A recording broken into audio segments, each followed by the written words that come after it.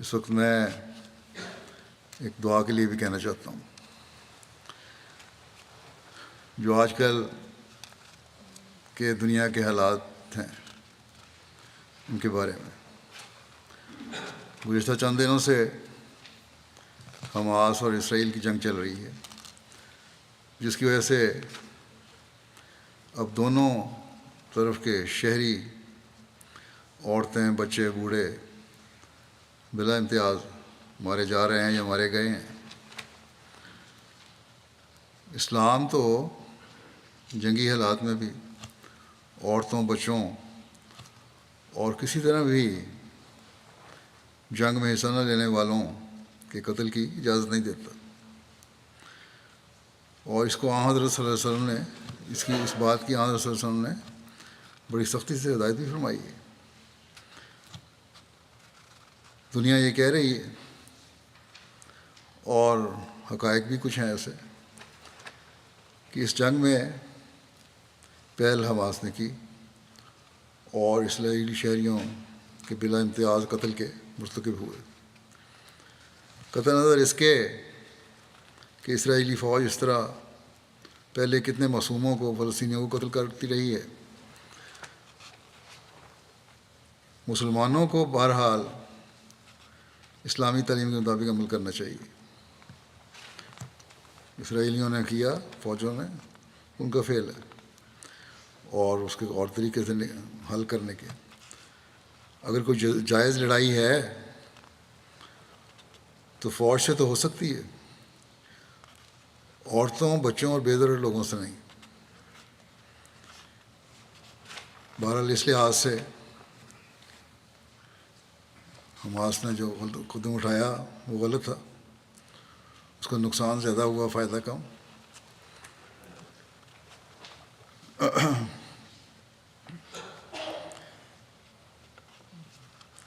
اگر یہ جو بھی تھا اس کی سزا یا اس سے جنگ حماس تک ہی محدود رہنی چاہیے تھی. یہ اصل تو ضرورت اور بہادری یہ ہے کہ یہ اصل رد عمل ہوتا. لیکن اب جو اسرائیل کی حکومت کر رہی ہے وہ بھی بہت خطرناک ہے،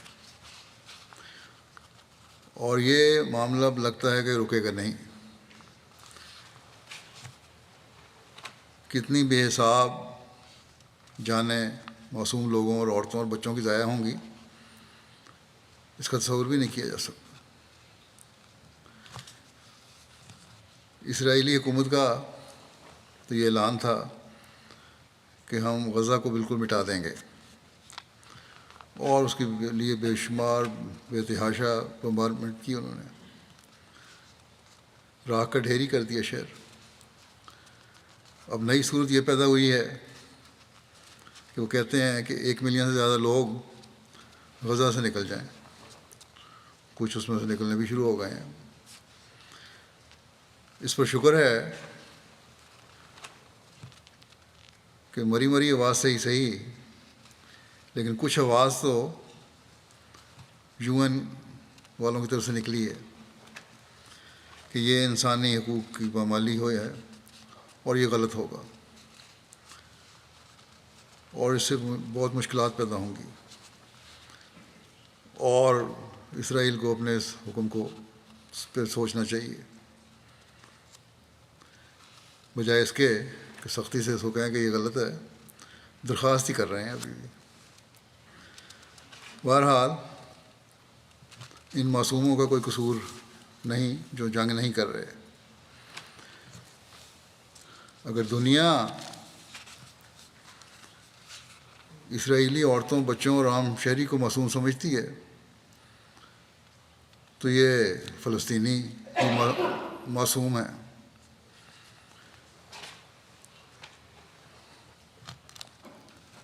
ان اہل کتاب کی تو اپنی تعلیم بھی یہ کہتی ہے کہ اس طرح کا تو غارت جائز نہیں ہے. مسلمانوں پر اگر الزام ہے کہ انہوں نے غلط کیا تو اپنے گریبان میں بھی جھانکیں یہ لوگ.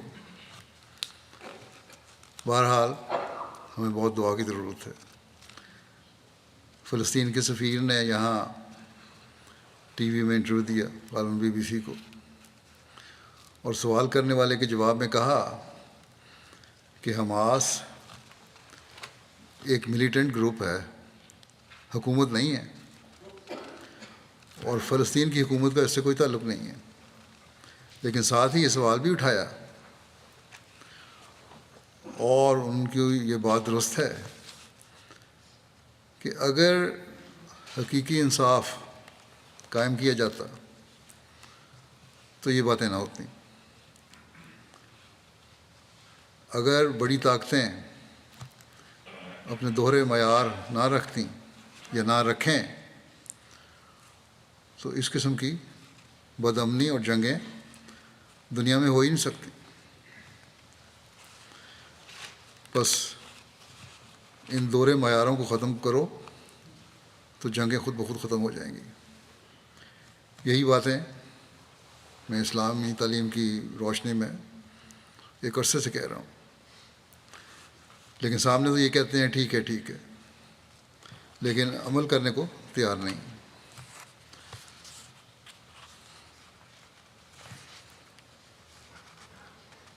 اب تمام بڑی طاقتیں یا مغربی طاقتیں انصاف کو ایک طرف کر کے فلسطینیوں پر سختی کے لیے اکٹھی ہو رہی ہیں، اور ہر طرف سے فوجوں کی بھجوانے کی باتیں ہو رہی ہیں۔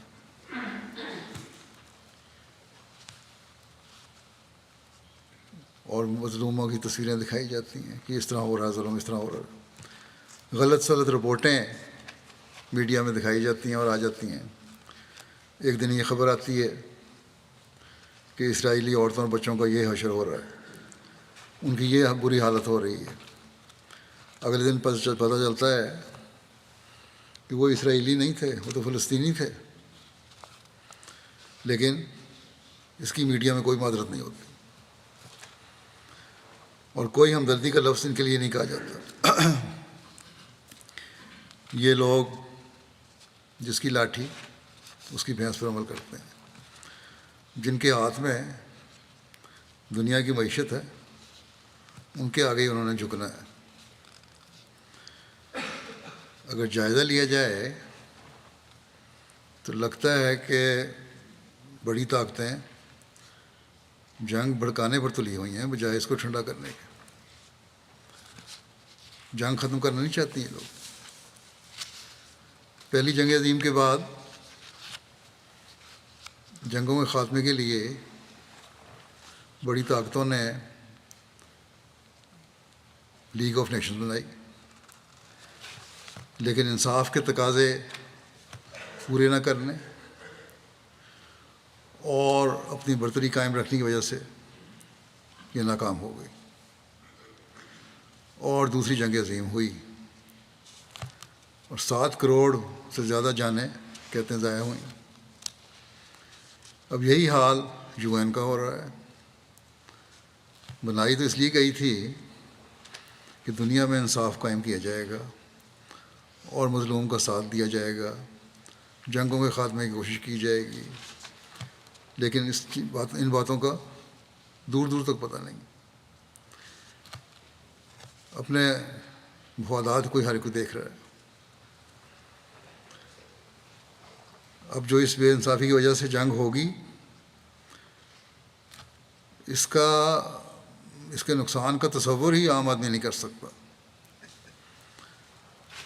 اور یہ سب بڑی طاقتوں کو پتہ ہے کہ کتنا شدید نقصان ہوگا، لیکن پھر بھی انصاف قائم کرنے میں کوئی توجہ نہیں ہے، اور توجہ دینے پر کوئی تیار بھی نہیں ہے۔ ایسے حالات میں مسلمان ملکوں کو کم از کم ہوش کے ناخن لینے چاہیے، اپنے اختلافات مٹا کر اپنی وحدت کو قائم کرنا چاہیے۔ اگر مسلمانوں کو یہ ہدایت اللہ تعالیٰ نے اہل کتاب سے تعلقات بہتر کرنے کے لیے دی ہے کہ تعالوا الی کلمۃ سواء بیننا و بینکم، اس کلمے کی طرف آ جاؤ جو ہمارے اور تمہارے درمیان مشترک ہے، یہ اللہ تعالیٰ کی ذات ہے،